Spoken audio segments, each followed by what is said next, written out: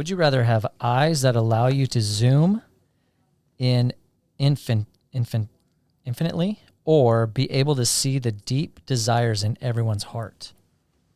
So eyes that allow you to zoom indefinitely, so you can zoom in deep, or be able to see the deep desires in everyone's hearts. I'm the deep desire in everyone's hearts. Me too. Yeah. It would help in this industry, right?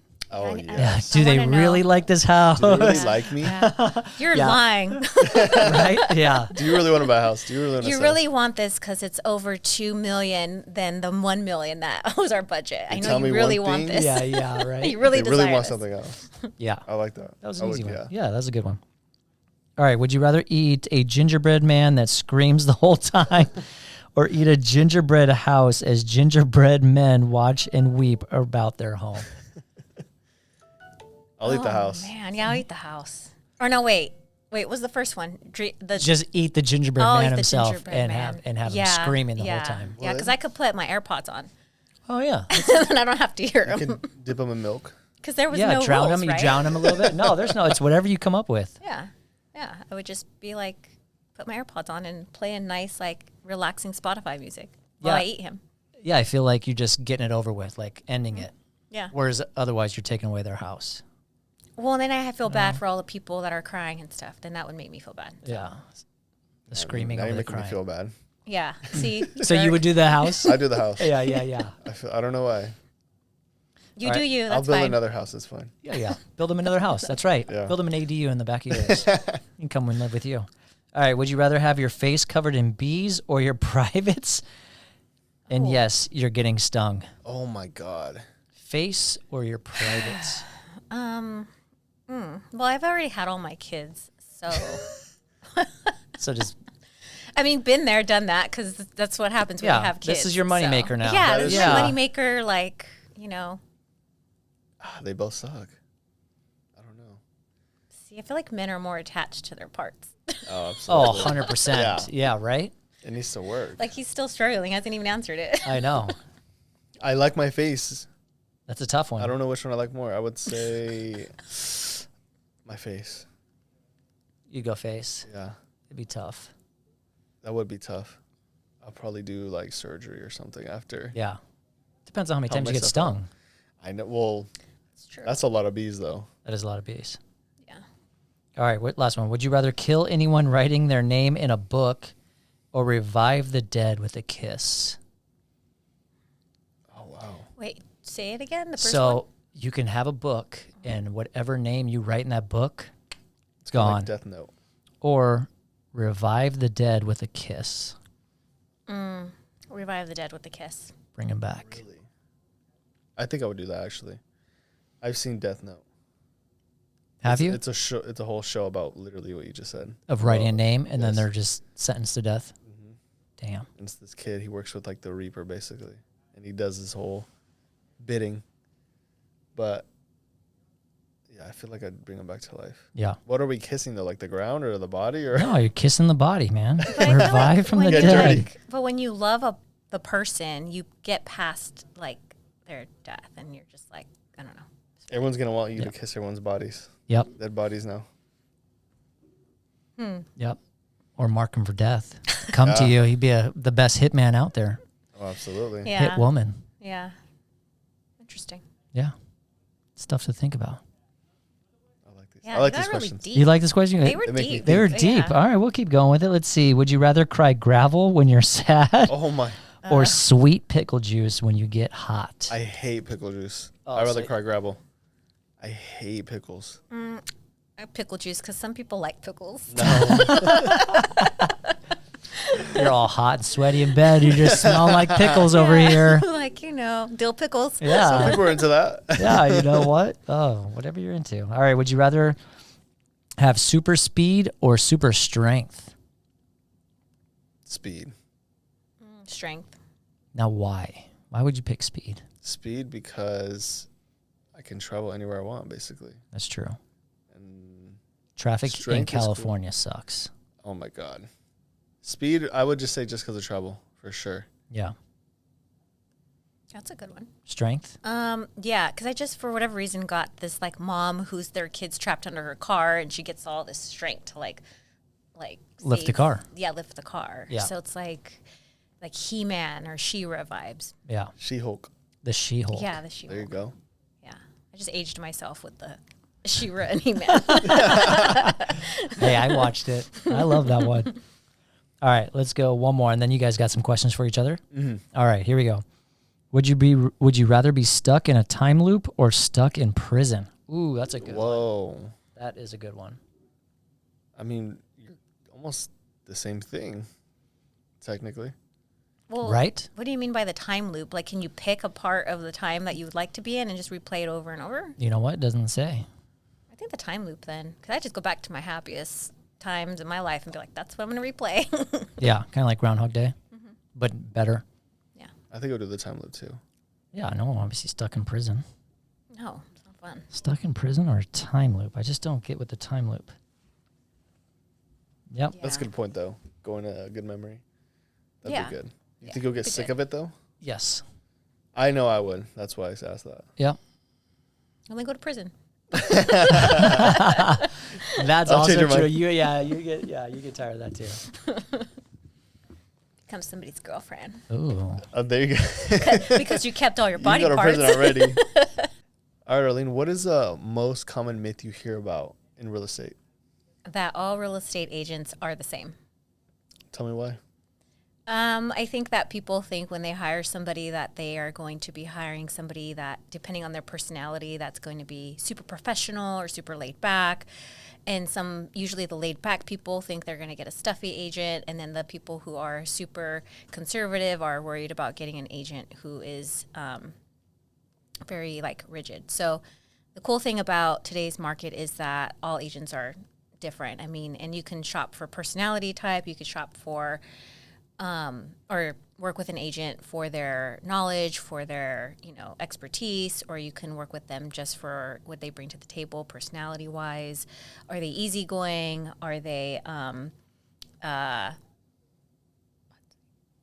blinking? Are they stuck up? Oh yeah. Yeah. Are they stuck up?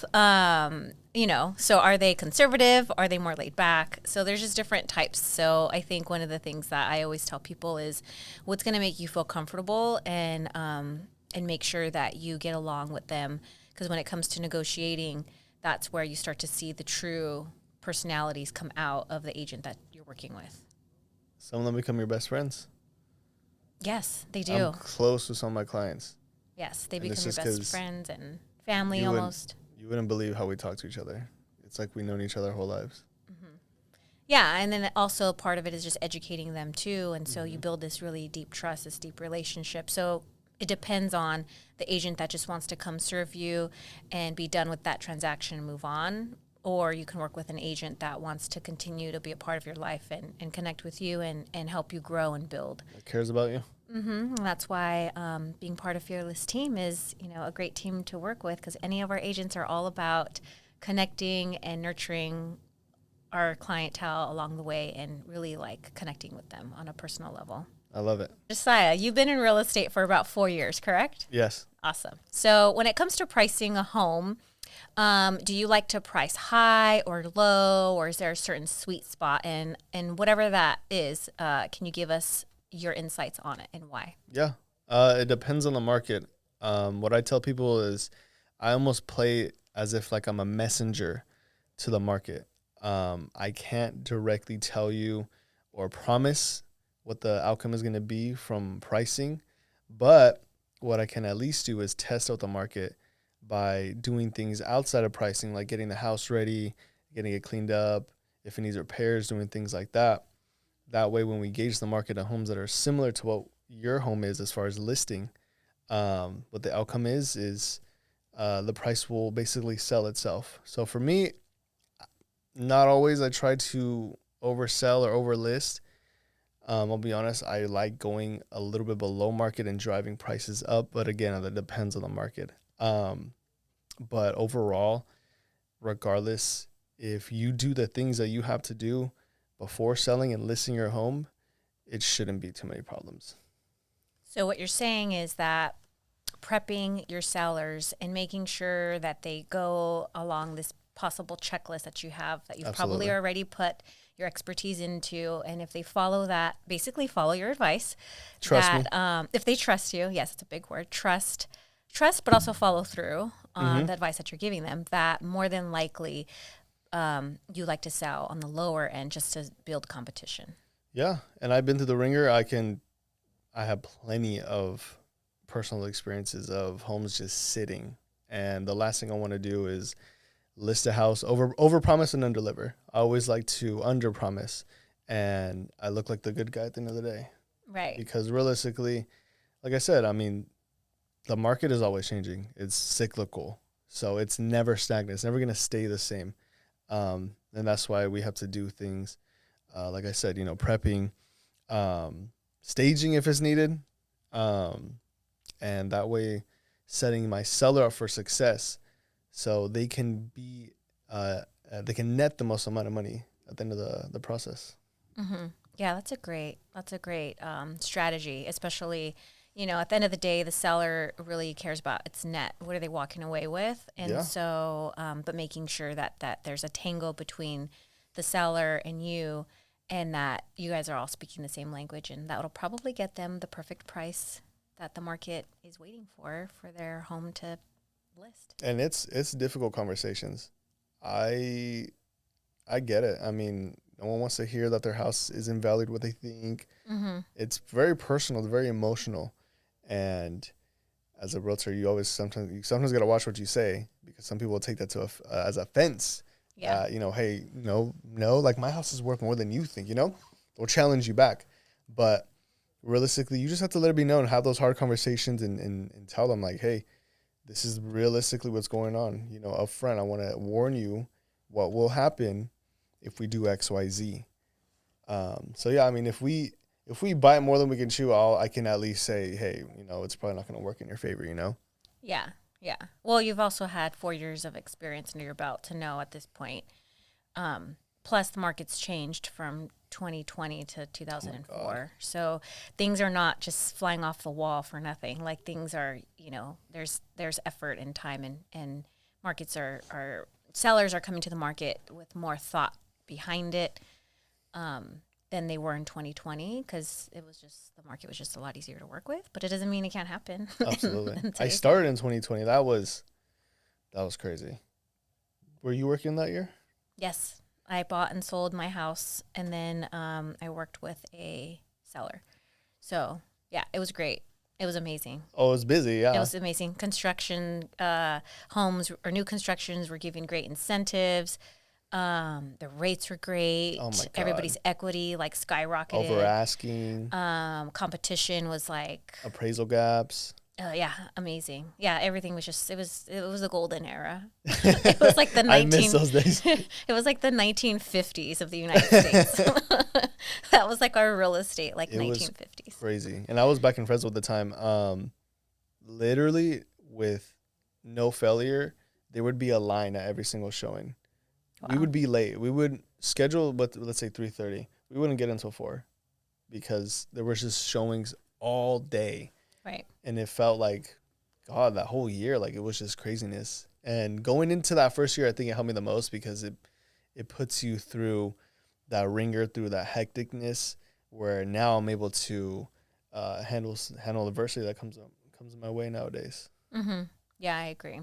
I think that, and that also helped you probably really work with pricing, because there was multiple things like biddings and all this, and then higher appreciations of homes more than what they think that they could get, or buyers coming in and being like, I can't even afford this home anymore because there's so many offers on the table. And so yeah.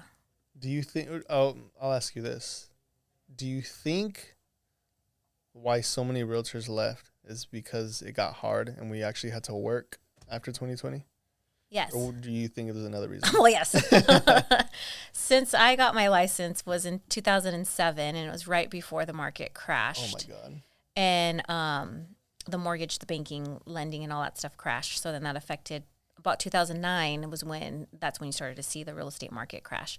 So all the people who were in the market around 2007, 2005, 2006 were just in this easy breezy, easy market. And then it just, everybody just literally got their face slammed in the brick wall, and, you know, reality came. So then everybody had to work harder, get different work ethic. And then also the loan industry changed. So there's more rules, more like kind of like now. It feels very similar to now. So, and they do say, you know, there's cycles in real estate. And so to me, I'm like, this is just another cycle, and this is going to weed out the people who don't want to work that hard, but who also aren't innovative, who also don't want to put their 2 feet to the ground, but also put their thinking cap on.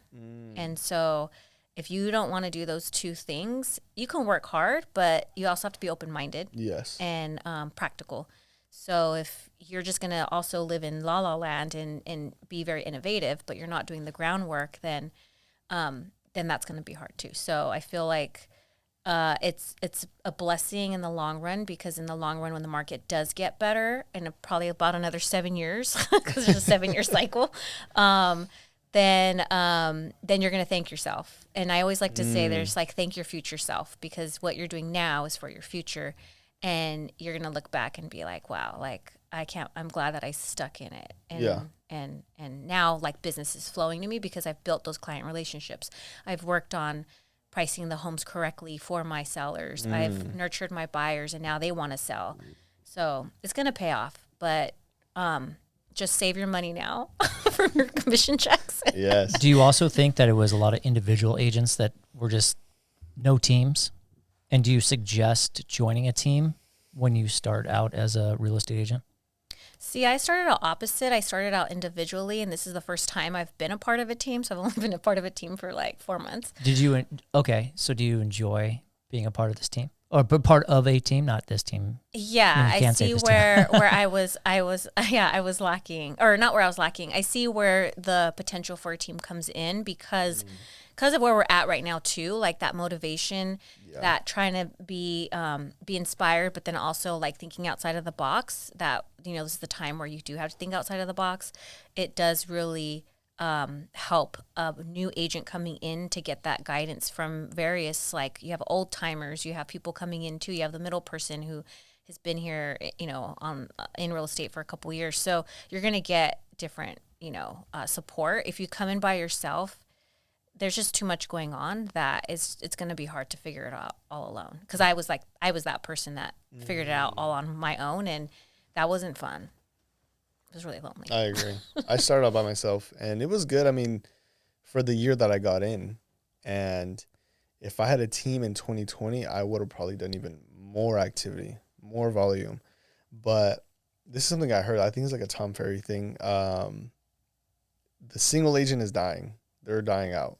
A lot of realtors now are going on teams, and I get it.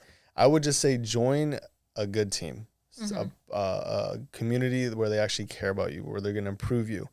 I've been on shitty teams before. I'll be honest. I've been overpromised, and you're going to get trained. You're going to get shown this. I'm going to take you on appointments, listing appointments. I'm going to show you how to work with a buyer, and no delivery. And I'm just kind of there stuck in limbo my first 2 years, not knowing what the hell I'm doing, you know?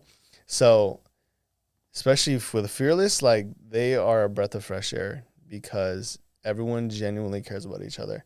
And to your point, we can improve each other by just bouncing ideas off each other. I think Gianna was saying, if you talk to Ruben, you'll learn something, right? If you talk to this person, you'll learn something different. And I think you need that more than people will take. I know I've taken it for granted before, more than people really know. And when you're surrounded in general with like-minded people that want to see you win, like it's a no-brainer. So I would highly, highly recommend getting on a team, but one that works. Yeah. For sure. I was thinking about wolves. There's like a wolf leader. So there's the wolf that needs to be all by itself, but then most of the pack is by them together. And we as humans, we forget that we are an animal species. We are meant to be in a tribal setting with each other because we wouldn't be able to survive. So it's also just being like, there's a time and a place to be a lone wolf if that's your vibe, or if you are wanting to be part of a tribe, then I think the tribe is definitely like helpful for somebody's career, especially if they're starting out in real estate. Do you think being on a team has helped you innovate yourself, improve yourself more than you would by yourself? Yes. I knew that because I was alone for so many years that I was actually in a detriment because I was only growing to what I thought I can grow to versus being, I'm all about expanders. And so, sheltering yourself sometimes away from other people could be great, but then there's also times where you're like, you're not growing because there's nothing that's inspiring you. There's nobody expanding you or challenging you or motivating you. And so the reason why I was worried about joining a team in the past was because I just was like, I can figure it out. It's fine. Like I'm a doer. Like I can figure it out. But then eventually when I moved to San Diego and I realized like I don't have a warm network and I moved away from my warm network and my close friends or whatever, then I was like, oh, this is hard and I don't need to make it harder. Or like I can just be vulnerable and see what's out there. And so I landed into Fearless and here I am and it's been great. And I think, I've really learned to open up. It's okay to be vulnerable and to know that you're going to be supported because that's like the point of a team. If you can't get support and you can't be vulnerable and they can't give that back to you as well, then like, what's the point? Yeah. What's the point? You should just like talk to some statues then. And then if they take your money and they don't even give it, no. Yeah, that's true. That's the support you want, Yeah. Really being clear about what you want and literally like clarity. And then hopefully you can weed out the people that do tell you, oh, I could give you this, I could get you that or whatever if you join my team. And then you find out like, ooh, this isn't the right fit. Well, then now that's another clarity thing that you can add to your list for your next team interview. It's good to get an outside perspective. Yeah, for sure. Of other people's success stories. It happened to me. It showed me that, damn, I could be that person. It's possible. Like it's not as far as I'm making it in my own mind. And part of that, you have to get out. For me, it's an ego thing. Like, get out of your own way, Josiah. Like, you need to set your pride aside and know when to ask for help. I swear I was so bad at that at first. I just, how you said earlier, I can figure it out. I got it. I'll figure it out. And part of that's just me being stubborn. And if I would have joined a team like this when I first had started, I probably would have improved way more, way quicker too. Right. And it honestly just depends as far as who you're surrounded with as well and how they will, how their energy will bounce off to you. How they'll motivate you. And yeah, it's been good. Yeah, it's been good. Your vibe attracts your tribe.